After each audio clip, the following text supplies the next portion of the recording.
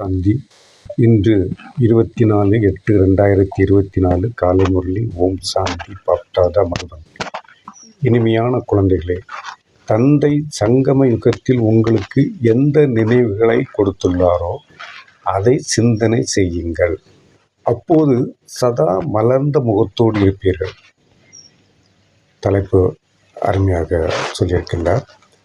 தந்தை சங்கம யுகத்தில் உங்களுக்கு எந்த நினைவு கொடுத்துள்ளாரோ. சங்கம யுகம் என்றால் ஏற்கனவே சொல்லியிருக்கின்றேன், இறைவன் வருகின்ற யுகம் சங்கம யுகம். சங்கம யுகத்தோடு சேர்ந்து 5 யுகங்கள் இருக்கின்றன. ஒவ்வொரு கல்பமும் 5000 வருடங்கள். ஒவ்வொரு கல்பமும் 5000 வருடங்கள். இந்த 5000 வருடங்களை 5 யுகமாக பிரித்திருக்கிறார்கள். சங்கம யுகத்தில் கடைசியாக வருகின்ற யுகம். இதில்தான் இறைவன் தோன்றுகின்றார். சங்கம யுகம் கலியுகத்திற்கும் சத்தியுகத்திற்கும் நடுவில் வருகின்றது. சங்கம யுகம் கலியுகத்திற்கும் சத்தியுகத்திற்கும் நடுவில் வருகின்றது. இந்த சங்கம யுகத்தில் உங்களுக்கு எந்த நினைவுகளை கொடுத்துள்ளாரோ அந்த சிந்தனை செய்யுங்கள். கடவுள் உங்களுக்கு எந்த நினைவு கொடுத்துள்ளாரோ அந்த சிந்தனையோடு நீங்கள் இருக்க வேண்டும். அப்போதுதான் சதா முக மலர்ச்சியோடு இருப்பீர்கள். உங்களுடைய முகம் மலர்ந்த முகமாக தெரியும் என்பதை இந்த தலைப்பில் சொல்கின்றார். கேள்விப்படும் சதா லேசாக இருப்பதற்கான யுக்தி என்ன? எந்த சாதனத்தை தனதாக்கினீர்கள் என்றால் மகிழ்ச்சியாக இருப்பீர்கள். எந்த சாதனத்தை தனதாக்கி கொண்டால் மகிழ்ச்சியாக இருப்பீர்கள் என்ற கேள்வியை கேட்கின்றார். பதிலை இறைவன் சொல்கின்றார் பாருங்க. சதா லேசாக இருக்க வேண்டுமெனில் இந்த பிறவியில் என்னென்ன பாவம் செய்தீர்களோ அவை அனைத்தையும் அழியாத மருத்துவர் முன் வைத்து விடுங்கள். இந்த மாதிரி யாரும் சொல்ல மாட்டாங்க. நீங்கள் லேசாக இருப்பதற்கான யுக்தியை சொல்கிறார். சதா லேசாக இருக்க வேண்டும் எனில் எந்த பிரச்சனையும் இல்லாமல் அமைதியாக நிம்மதியாக இருக்க வேண்டும் என்றால் இந்த பிறவியில் என்னென்ன பாவம் செய்தீர்களோ, அறிஞ்சும் அறியாமலும் செய்திருப்போம். அறிந்தும் அறியாமலும் பாவம் செய்திருப்போம். அவை அனைத்தையும் அழியாத என்றால் சுப்ரீம் சோல். ஆத்மா என்றாலே அழியாதது. ஆத்மாவும் அழியாதது, பரமாத்மாவும் அழியாத புள்ளி ரூபத்தில் இருக்கின்றார்கள் 2 பேரும். அந்த அனைத்தையும் அழியாத மருத்துவர் முன் வைத்து விடுங்கள். இங்கே பரமாத்மாவை மருத்துவர் என்று குறிப்பிடுகிறார். மருத்துவர் என்றால் நாம் டாக்டரை நினைக்கக்கூடாது. இந்த இடத்தில் பரமாத்மாவை அவர் முன் வைத்து விடுங்கள். மற்றபடி பல பிறவிகள் பாவங்கள் எதெல்லாம் தலைமேல் உள்ளதோ, பல பிறவி, ஒவ்வொரு பிறவிலும் செய்த பாவங்கள் தலைமையில் இருக்கும். இந்த சன்ஸ்கார், ஆத்மாவில் 3 பகுதி இருக்கின்றது. மனம், புத்தி, சன்ஸ்கார். அந்த சன்ஸ்காரில் பதிவாகி கொண்டே இருக்கும். நாம் செய்கின்ற பாவங்கள் அனைத்தும் 84 பிறவிகளிலும் உள்ள பாவங்கள் அனைத்தும் பதிவாகி கொண்டே இருக்கும். அந்த பல பிறவிகளில் பாவம் எதெல்லாம் தலைமையில் உள்ளதோ அதற்கான நினைவு யாத்திரையில் இருங்கள். நினைவு மூலமாகவே பாவம். இந்த பாவங்கள் அனைத்தும் நினைவு மூலமாக நீங்கும். இறைவனுடைய நினைவு என்றால் இறைவனுடைய நினைவில் இருந்தீர்கள் என்றால் நீங்கள் செய்த பாவங்கள் அத்தனையும் நீங்கும். பிறகு மகிழ்ச்சி ஏற்படும். தந்தையின் நினைவினால் தான் ஆத்மா சதோ பிரதானம் ஆகும். தந்தையின் நினைவினால் இருந்தால்தான் உங்களுடைய ஆத்மா சதோ பிரதானம் ஆகும். அது சதோ பிரதானம் என்றால் உயர்ந்த நிலைக்கு வரும். நீங்கள் இறைவனுடைய நினைவில் இருந்தீர்கள் என்றால் உங்களுடைய ஆத்மா உயர்ந்த நிலைக்கு வரும் என்பதை இறைவன் சொல்கிறார். மிகவும் அருமையான கேள்வி பதில். அடுத்து தாரணைக்கான முக்கிய சாரம் 2 பாயிண்ட், தினமும் 2 பாயிண்ட் கொடுக்கிறார். நாடகத்தின் முதல் பாயிண்ட், நாடகத்தின் ஆதி மத்திய அந்திமத்தை புரிந்து கொண்டு நினைவில் வைத்து கொண்டு பிறருக்கும் நினைவை ஏற்படுத்த வேண்டும்.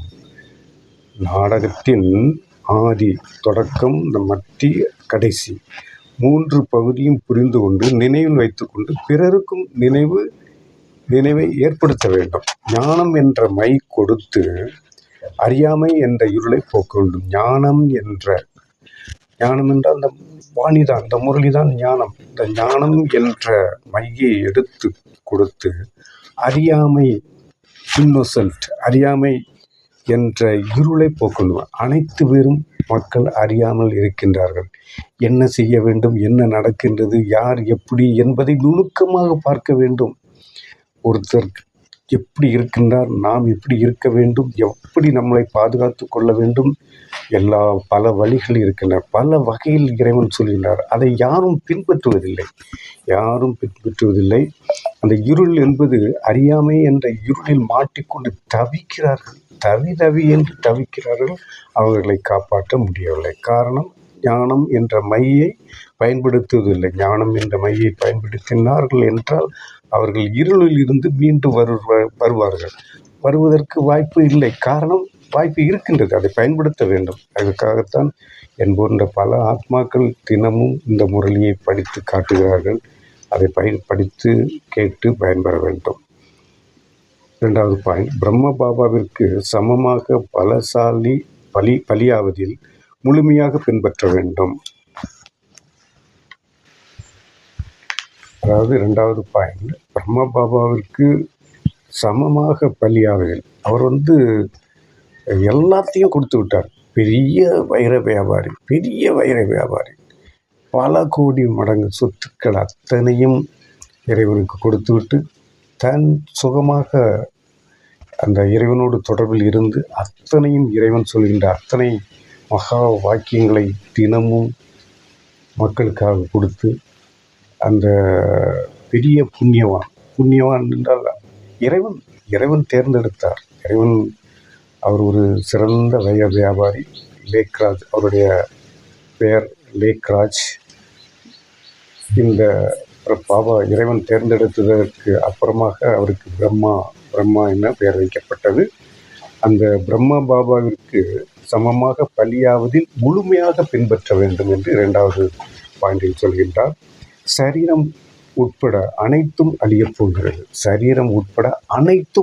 போகின்றது. கண்களால் பார்க்கின்ற பொருட்கள் அத்தனையும் அழியப் போகின்ற பொருட்கள். எனவே அதற்கு முன்பாகவே உயிரோடு இருந்து கொண்டே இறந்தவராக வேண்டும். நாம் உயிரோடு இருக்கின்றோம், ஆனால் இறந்தவராக வேண்டும் என்று இறைவன் கூறுகின்றார்.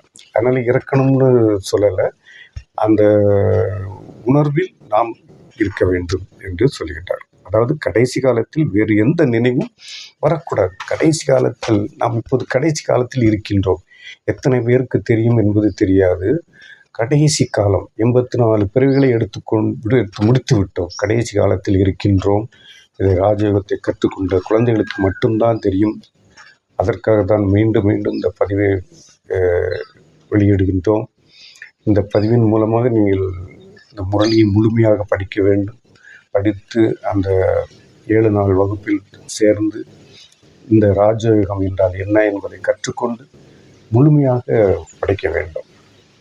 அடுத்து வரதானம். விசேஷத்தன்மையின் சம்ஸ்காரங்களை இயற்கையான சுபாவமாக்கி சாதாரண தன்மையை முடிவடைய செய்யக்கூடிய மறுபிறவி எடுத்தவர் ஆகுகிறார். வரதானத்தை பாருங்க. விசேஷத்தன்மையின் சம்ஸ்காரங்களை இயற்கையான சுபாவம் ஆக்கி சாதாரண தன்மையை முடிவடைய செய்யக்கூடிய மறுபிறவி எடுத்தவர் ஆகுகிறார். இதனுடைய விளக்கம், எது சுபாவமாக உள்ளதோ அது தானாகவே தன்னுடைய வேலையை செய்கிறது. எது சுபாவமாக உள்ளதோ அது தானாகவே தன்னுடைய வேலையை செய்கிறது. யோசிக்க வேண்டிய, உருவாக்க வேண்டிய அல்லது செய்ய வேண்டிய அவசியம் இருக்காது. யோசிப்பதற்கு இடமே இல்லை. யோசிக்க வேண்டிய, உருவாக்க வேண்டிய அல்லது செய்ய வேண்டிய அவசியம் இருக்காது. ஆனால் தானாகவே வந்து விடுகிறது. அப்படிப்பட்ட மறுபிறப்பை எடுத்த பிராமணர்களின் சுபாவமே விசேஷ ஆத்மாவின் விசேஷத்தன்மையாகும். இந்த விசேஷத்தன்மையின் சம்ஸ்காரம் இயற்கையான சுபாவம் ஆகிவிட வேண்டும். மேலும் ஒவ்வொருவருடைய உள்ளத்திலிருந்தும் இது என்னுடைய சுபாவம் என்பது வெளிப்பட வேண்டும். சாதாரண தன்மை கடந்த காலத்தின் சுபாவம் ஆகும். தற்சமயத்திற்கானது அல்ல.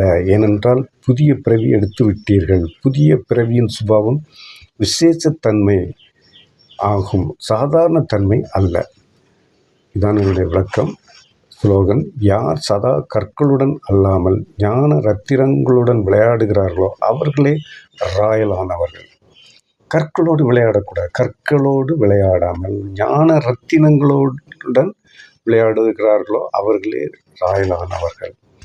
அதாவது இந்த இடத்துல ஞான ரத்தினங்கள் என்றால் இந்த வாணி தான் சொல்கின்றார். ஞானம், இந்த ஞான ரத்தினங்களோடு விளையாட வேண்டும். ஒரு நாள் குறைந்தது 5 முறை படிக்க வேண்டும். இந்த வாணியை, இந்த முரளியை ஒரு நாள் 5 முறை கடைய வேண்டும். தயிர் கடைவது போன்று கட வேண்டும். கடைந்து அமிர்தத்தை பருகுவது போன்று பருக வேண்டும். அப்படி பருகினால்தான் உங்களுடைய வாழ்க்கையில் நிம்மதியும் சந்தோஷமும் மகிழ்ச்சியும் எல்லைக்கு செல்கிறது. அதை அனுபவிக்கின்றவர்களுக்குத்தான் தெரியும். ராஜயோகத்தை கற்றுக்கொண்ட குழந்தைகளுக்கு இறைவன் நேரடியாக வந்து பேசுவார். உங்களுக்கு அந்த பரமாத்மா எப்படி இருக்காருன்னா புள்ளி ரூபத்தில் இருக்கிறார். நிராகார். உணவு உண்ண மாட்டார், தண்ணி முடிக்க மாட்டார், உருவமற்றவர். ஆனால் நாம் கேட்ட நேரத்தில் நமக்கு பதில் கொடுப்பார். எல்லா காட்சியும் நமக்கு காட்டுவார். எல்லா காட்சியும் காட்டுவார். சந்து பொந்துகளில் நடக்கின்ற நிகழ்ச்சியை கூட நமக்கு தெரியாமல் நடக்கின்ற காட்சிகளை கூட நமக்கு எடுத்துக்கொண்டு காட்டி கொடுப்பார். அந்த மாதிரி ஒரு சக்தி வாய்ந்த இறைவன். அந்த சக்தி வாய்ந்த இறைவனை நம்புங்கள். அந்த இறைவனை நம்பி அவர்களை தொடர்கின்றவர்களுக்கு நல்ல வாழ்க்கை அமையும். அதில் எந்த மாற்றமும் கிடையாது. நம்புங்கள். நம்பினார் கைவிட மாட்டார். யாம் பெற்ற இன்பம் இவ்வையகம் பெறுக என்று கூறி இந்த முரளியை யூடியூப்பில் சென்று தமிழ் முரளி என்று டைப் செய்தால் வீடியோவிலும் பார்க்கலாம், ஆடியோவிலும் கேட்கலாம்.